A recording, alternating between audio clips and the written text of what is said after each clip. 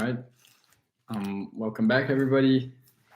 Yesterday we finished reading The Swiss Family Robinson, and today we're going to start a new book called Charlie and the Chocolate Factory. I'm sure everybody has seen the movie before, and it's wonderful, but there's nothing like a book, and as they say, the book is always better than the movie.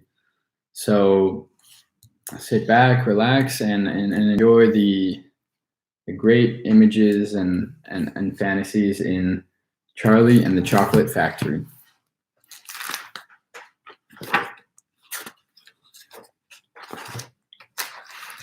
Chapter 1. Here Comes Charlie. These two very old people are the father and mother of Mr. Bucket. Their names are Grandpa Joe and Grandma Josephine. And these two very old people are the father and mother of Mrs. Bucket. Their names are Grandpa George and Grandma Georgina.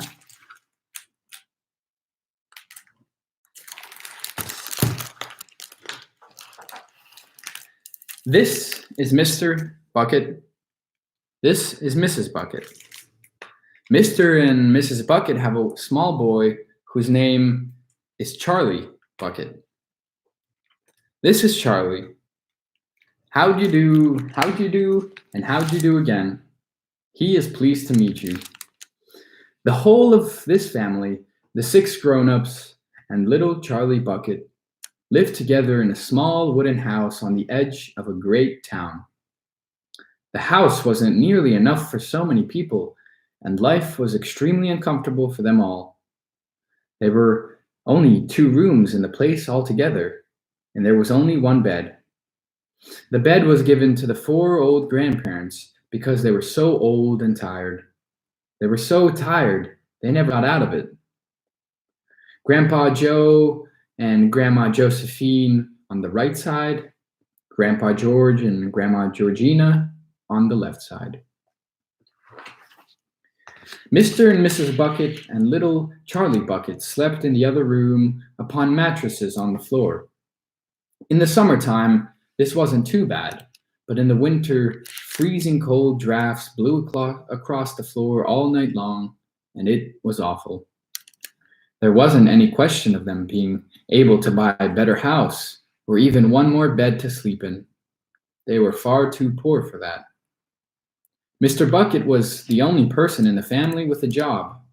He worked in a toothpaste factory where he sat all day long on a bench and screwed the little caps onto the tops of the tubes of toothpaste after the tubes had been filled. But a toothpaste cap screwer is never paid very much money, and poor Mr. Bucket, however hard he worked and however fast he screwed on the caps, was never able to make enough to buy 1/2 of the things that so large a family needed. There wasn't even enough money to buy proper food for them all. The only meals they could afford were bread and margarine for breakfast, boiled potatoes and cabbage for lunch, and cabbage soup for supper. Sundays were a bit better. They all looked forward to Sundays because then, although they had exactly the same, everyone was allowed a second helping.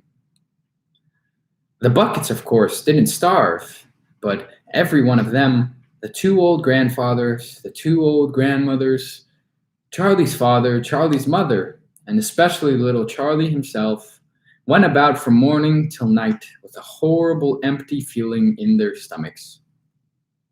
Charlie felt it worst of all, and although his mother and father often went without their own share of lunch or supper so that they could give it to him, it still wasn't nearly enough for a growing boy. He desperately wanted something more filling and satisfying than cabbage and cabbage soup. The one thing he longed for more than anything else was chocolate. Walking to school in the mornings, Charlie could see great slabs of chocolate piled up high in the shop windows, and he would stop and stare and press his nose against the glass, his water, his mouth watering like mad. Many times a day, he would see other children taking creamy candy bars out of their pockets and munching them greedily, and that, of course, was pure torture. Only once a year, on his birthday, did Charlie Bucket ever get to taste a bit of chocolate. The whole family saved up their money for that special occasion, and when the great day arrived, Charlie was always presented with one small chocolate bar to eat all by himself. And each time he received it, on those marvelous birthday mornings, he would place it carefully in a small wooden box that he owned and treasure it as though it were a bar of solid gold. And for the next few days, he would allow himself only to look at it, but never to touch it. Then at last, when he could stand it no longer, he would peel back a tiny bit of the paper wrapping in one corner and expose a tiny bit of chocolate. And then he would take a tiny nibble, just enough to allow the lovely sweet taste to spread out slowly over his tongue. The next day, he would take another tiny nibble, and so on and so on. And in this way, Charlie would make his 10-cent bar of birthday chocolate last him for more than a month. But I haven't told you yet about the one awful thing that tortured little Charlie, the lover of chocolate more than anything else. This thing for him was far, far worse than seeing slabs of chocolate in the shop windows or watching other children munching creamy candy bars right in front of him. It was the most terrible, torturing thing you could imagine, and it was this. In the town itself, actually within sight of the house in which Charlie lived, there was an enormous chocolate factory. Just imagine that. And it wasn't simply an ordinary, enormous chocolate factory either. It was the largest and most famous in the whole world. It was Wonka's factory, owned by a man called Mr. Willy Wonka, the greatest inventor and maker of chocolates that there has ever been. And what a tremendous and marvelous place it was. It had huge iron gates leading into it and a high wall surrounding it, and smoke belching from its chimneys and strange whizzing sounds coming from deep inside it. And outside the walls, for half a mile around in every direction, the air was scented with the heavy, rich smell of melting chocolate. Twice a day on his way to and from school, little Charlie Bucket had to walk right past the gates of the factory. And every time he went by, he would begin to walk very, very slowly, and he would hold his nose high in the air and take long, deep sniffs of the gorgeous chocolatey smell all around him. Oh, how he loved that smell! And oh, how he wished he could go inside the factory and see what it was like. Chapter 2: Mr. Willy Wonka's Factory. In the evenings, after he had finished his supper of watery cabbage soup, Charlie always went into the room of his 4 grandparents to listen to their stories, and then afterwards to say goodnight. Every one of these old people was over 90. They were as shriveled as prunes and as bony as skeletons, and throughout the day, until Charlie made his appearance, they lay huddled in their corner, 2 at either end, with nightcaps on to keep their heads warm, dozing though time away with nothing to do. But as soon as they heard the door opening and Charlie's voice saying, "Good evening, Grandpa Joe and Grandpa Josephine and Grandpa George and Grandma Georgina," then all 4 of them would suddenly sit up, and their old wrinkly faces would light up with smiles of pleasure, and the talking would begin. For they loved this little boy. He was the only bright thing in their lives, and this evening visits were something that they looked forward to all day long. Often, Charlie's mother and father would come in as well and stand by the door listening to the stories that the old people told. And thus, for perhaps half an hour every night, this room would become a happy place, and the whole family would forget that it was hungry and poor.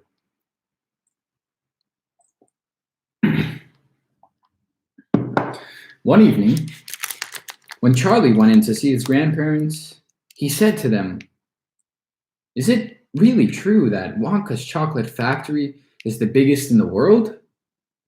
"True," cried all four of them at once. "Of course it's true. Good heavens, didn't you know that? It's about 50 times as big as any other." "And is Mr. Willy Wonka really the cleverest chocolate maker in the world?" "My dear boy," said Grandpa Joe, raising himself a little higher on his pillow, "Mr. Willy Wonka is the most amazing and most fantastic, the most extraordinary chocolate maker the world has ever seen. I thought everybody knew that. I knew he was famous, Grandpa Joe, and I knew he was clever." "Clever!" cried the old man. "He's more than that. He's a magician with chocolate. He can make anything he wants. Isn't that a fact, my dears?" The other three old people nodded their heads slowly up and down and said, "Absolutely true, just as true as anything can be." And Grandpa Joe said, "You mean to say I've never told you about Mr. Willy Wonka and his factory?" "Never," answered little Charlie. "Good heavens above, I don't know what's the matter with you." "Will you tell me now, Grandpa Joe, please?" "I certainly will. Sit down beside me on the bed, my dear, and listen carefully." Grandpa Joe was the oldest of the four grandparents. He was 96 and a half. That is just about as old as anyone can be. Like all extremely old people, he was delicate and weak, and throughout the day he spoke very little. But in the evenings, when Charlie, his beloved grandson, was in the room, he seemed, in some marvelous way, to grow quite young again. All his tiredness fell away from him, and he became as eager and excited as a young boy. "Oh, what a man he is, this Mr. Willy Wonka!" cried Grandpa Joe.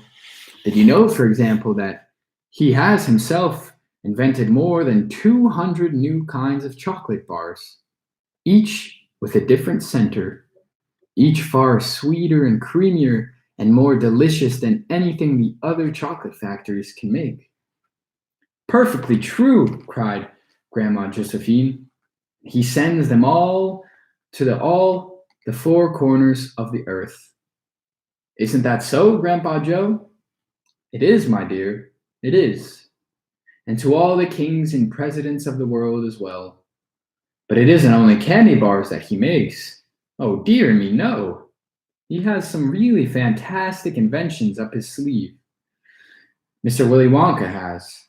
Did you know that he's invented a way of making chocolate ice cream so that it stays cold for hours and hours without being in the freezer? You can even leave it lying in the sun all morning on a hot day and it won't go runny." "But that's impossible," said little Charlie, staring at his grandfather. "Of course it's impossible," cried Grandpa Joe. "It's completely absurd. But Mr. Willy Wonka has done it." "Quite right," the others agreed, nodding their heads. "Mr. Willy Wonka has done it." And then again, Grandpa Joe went on, speaking very slowly now so that Charlie wouldn't miss a word. "Mr. Willy Wonka can make marshmallows that taste of violets, and rich caramels that change color every 10 seconds as you suck them, and little feathery sweets that melt away deliciously the moment you put them between your lips. He can make chewing gum that never loses its taste, and candy balloons that you can blow up to enormous sizes before you pop them with a pin and gobble them up.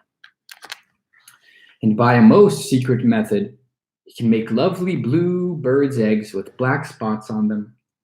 And when you put one of these in your mouth, it gradually gets smaller and smaller until suddenly there is nothing left except a tiny little pink sugary baby bird sitting on the tip of your tongue. Grandpa Joe paused and ran the point of his tongue slowly over his lips. It makes my mouth water just thinking about it, he said. Mine too, said little Charlie. But please, go on.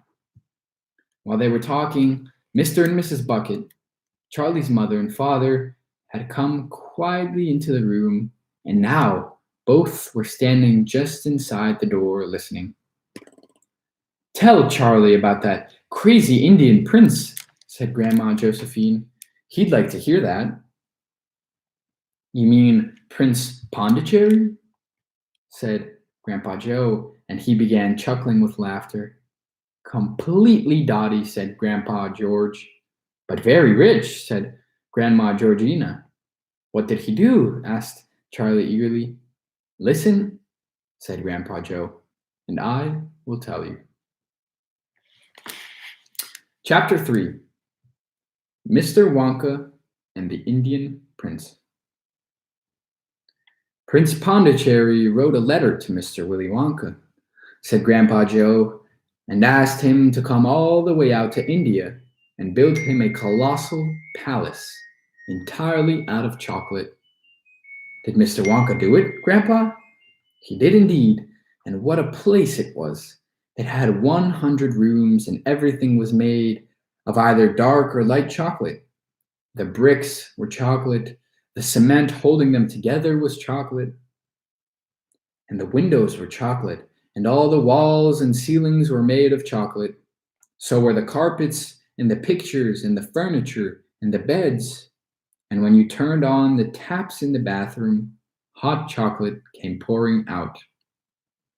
When it was all finished, Mr. Wonka said to Prince Pondicherry, I warn you, though, it won't last very long, so you'd better start eating it right away.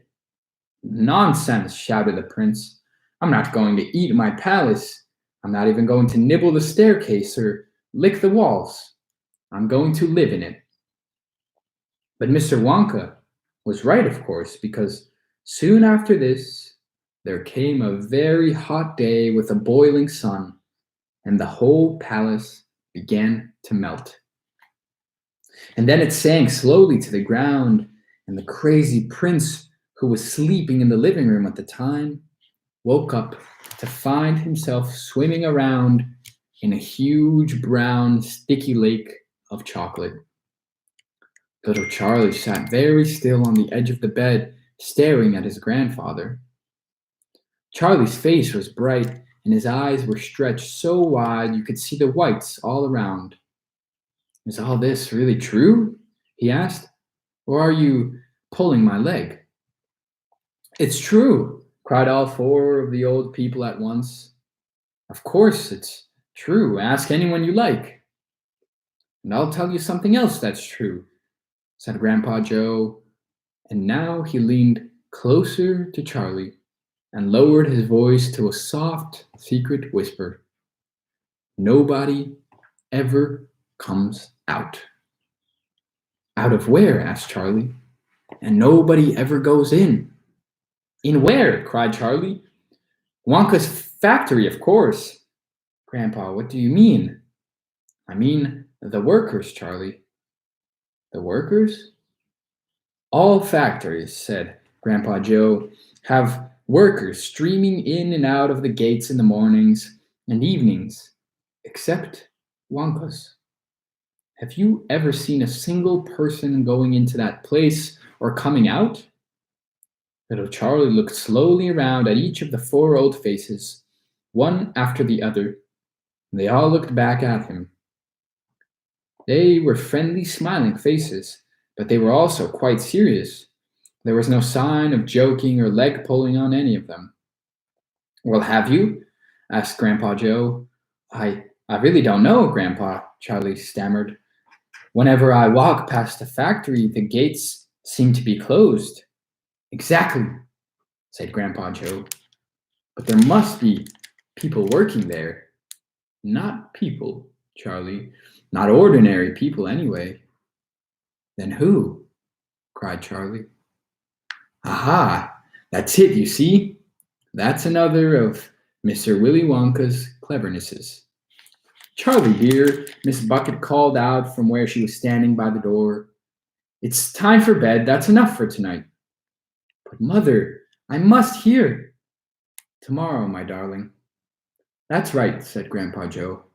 I'll tell you the rest of it tomorrow evening. Chapter 4. The Secret Workers. The next evening, Grandpa Joe went on with his story. You see, Charlie, he said, not so very long ago, there used to be thousands of people working in Mr. Willy Wonka's factory. Then one day, all of a sudden, Mr. Wonka had to ask every single one of them to leave, to go home and never come back. But why? Asked Charlie. Because of spies. Spies? Yes, all the other chocolate makers you see had begun to grow jealous of the wonderful candies that Mr. Wonka was making, and they started sending in spies to steal his secret recipes. The spies took jobs in the Wonka factory, pretending that they were ordinary workers, and while they were there, each of them found out exactly how a certain special thing was made. And did they go back to their own factories and tell? Asked Charlie. They must have, answered Grandpa Joe, because soon after that, Mr. Thicklegrubber's factory started making an ice cream that would never melt, even in the hottest sun. Then Mr. Prodnose's factory came out with a chewing gum that never lost its flavor, however much you chewed it. And then Mr. Slugsworth's factory began making candy balloons that you could blow up to huge sizes before you popped them with a pin and gobbled them all up. And so on and so on. And Mr. Willy Wonka tore his beard and shouted, "This is terrible. I shall be ruined. There are spies everywhere. I shall have to close the factory." But he didn't do that, Charlie said. Oh, yes, he did. He told all the workers that he was sorry, but they would have to go home. Then he shut the main gates and fastened them with a chain. And suddenly, Wonka's giant chocolate factory became silent, deserted. The chimney stopped smoking, the machines stopped whirring, and from then on, not a single chocolate or candy was made. Not a soul went in and out, and even Mr. Willy Wonka himself disappeared completely.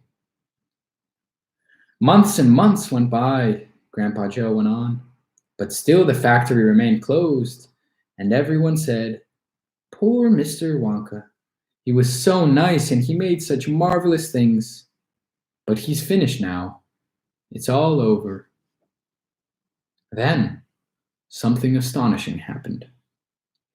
One day, early in the morning, thin columns of white smoke were seen to be coming out of the tops of the tall chimneys of the factory. People in the town stopped and stared. "What's going on?" they cried. "Someone's lit the furnaces. Mr. Wonka must be opening up again."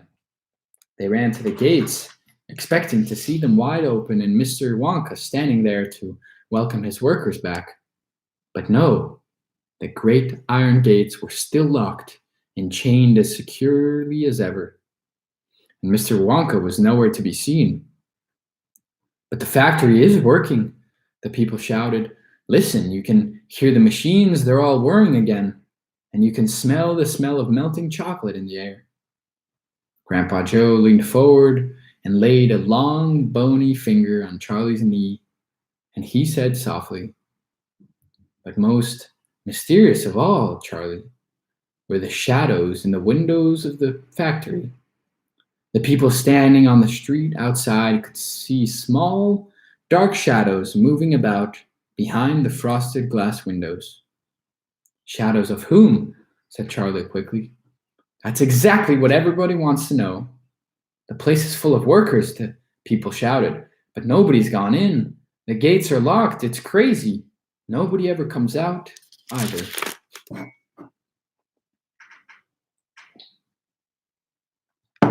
But there was no question at all, said Grandpa Joe, that the factory was running, and it's gone on running ever since for these last 10 years. What's more, the chocolates and candies it's been turning out have been more fantastic and delicious all the time. And of course, now, when Mr. Wonka invents some new and wonderful candy, neither Mr. Ficklegrubber nor Mr. Prodnose nor Mr. Slugworth nor anybody else is able to copy it. No spies can go into the factory to find out how it is made. But Grandpa, who? Cried Charlie. Who is Mr. Wonka using to do all the work in the factory? Nobody knows, Charlie. But that's absurd. Hasn't someone asked Mr. Willy Wonka? Nobody sees him anymore. He never comes out. The only things that come out of the place are chocolates and candies. They come out through a special trap door in the wall, all packed and addressed, and they are picked up every day by post office trucks.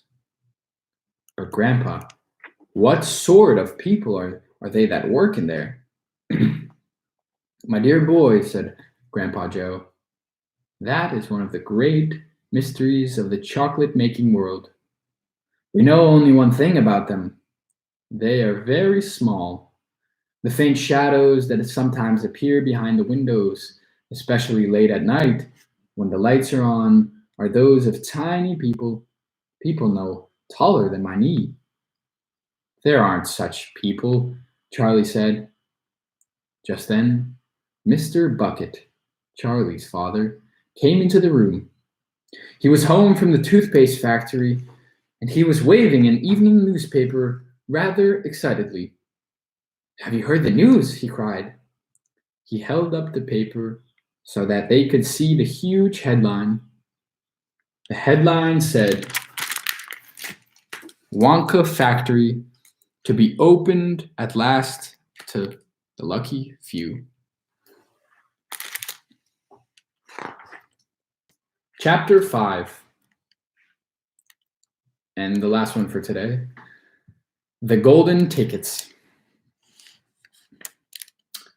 You mean people are actually going to be allowed to go inside the factory? Cried Grandpa Joe. Read us what it says quickly. All right, said Mr. Bucket, smoothing out the newspaper. Listen. The Evening Bulletin. Mr. Willy Wonka, the candy-making genius whom nobody has seen for the last 10 years, sent out the following notice today. I, Willy Wonka, have decided to allow 5 children, just 5, mind you, and no more, to visit my factory this year. These lucky 5 will be shown around personally by me, and they will be allowed to see all the secrets and the magic of my factory. Then, at the end of the tour, as a special present, all of them will be given enough chocolates and candies to last them for the rest of their lives. So watch out for the golden tickets. 5 golden tickets have been printed on golden paper, and these 5 golden tickets have been hidden underneath the ordinary wrapping paper of 5 ordinary candy bars. These 5 candy bars may be anywhere, in any shop, in any street, in any town, in any country in the world, upon any counter where Wonka's candies are sold. And the 5 lucky finders of these 5 golden tickets are the only ones who will be allowed to visit my factory and see what it's like now inside. Good luck to you all, and happy hunting. Signed, Willy Wonka. The man's dotty, muttered Grandma Josephine. He's brilliant, cried Grandpa Joe. He's a magician. Just imagine what will happen now. The whole world will be searching for those golden tickets. Everyone will be buying Wonka's candy bars in the hope of finding one. He'll sell more than ever before. Oh, how exciting it will be to find one. and all the chocolate and candies that you could eat for the rest of your life. Free, said Grandpa George. Just imagine that. They'd have to deliver them in a truck, said Grandma Georgina. It makes me quite ill to think of it, said Grandma Josephine. Nonsense, cried Grandpa Joe. Wouldn't it be something, Charlie, to open a bar of candy and see a golden ticket glimmering inside? It certainly would, Grandpa. But there isn't a hope, Charlie said sadly. I only get 1 bar a year. You never know, darling, said Grandma Georgina. It's your birthday next week. You have as much chance as anyone else. I'm afraid that simply isn't true, said Grandpa George. The kids who are going to find the golden tickets are the ones who can afford to buy candy bars every day. Our Charlie gets only 1 a year. There isn't a hope. Chapter 6. The First 2 Finders. The very next day, the first golden ticket was found.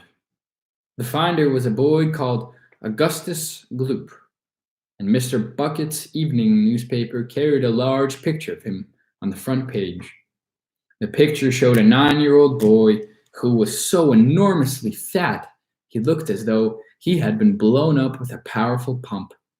Great flabby folds of fat bulged out from every part of his body, and his face was like a monstrous ball of dough, with 2 small, greedy, curranty eyes peering out upon the world.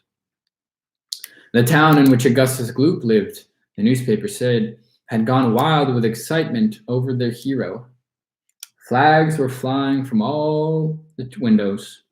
Children had been given a holiday from school, and the parade was being organized in honor of the famous youth.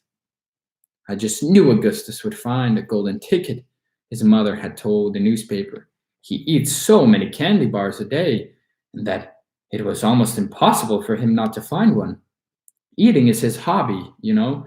That's all he's interested in.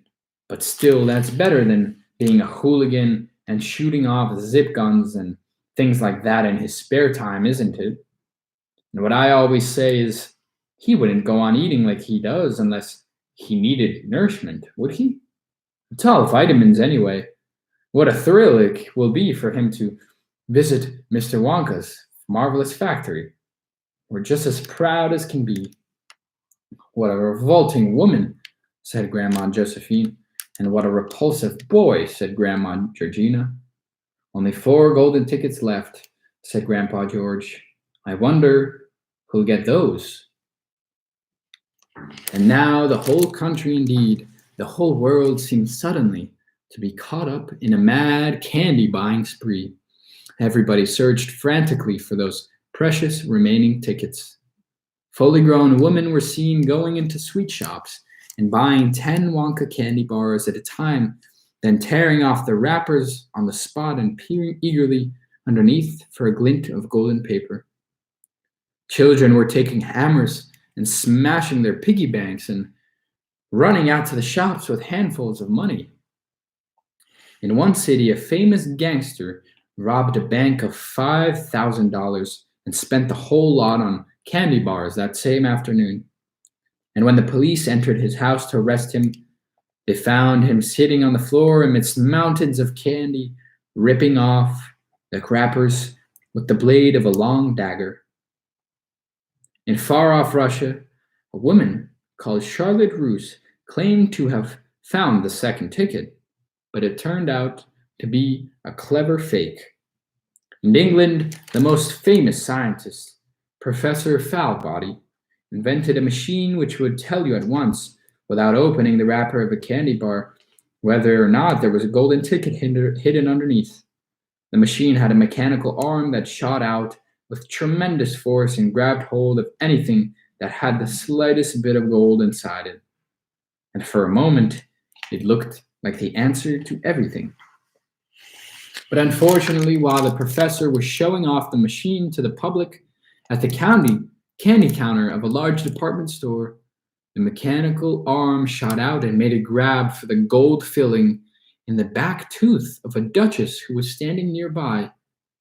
There was an ugly scene, and the machine was smashed by the crowd. Suddenly, on the day before Charlie Bucket's birthday, the newspapers announced that the second golden ticket had been found. The lucky person was a small girl called Veruca Salt, who lived with her rich parents in a great city far away. Once again, Mr. Bucket's evening newspaper carried a big picture of the finder. She was sitting behind her beaming father and mother in the large living room of their house, waving a golden ticket above her head and grinning from ear to ear.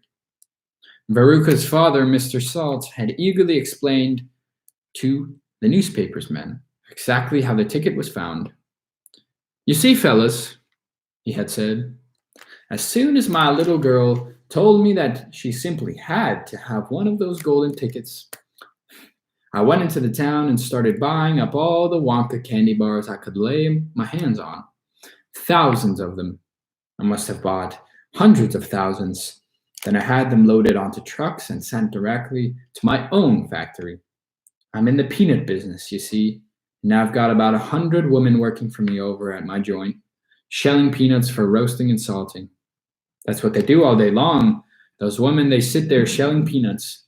So I say to them, 'Okay, girls,' I says, 'from now on, you can stop shelling peanuts and start shelling the wrappers off these crazy candy bars instead.'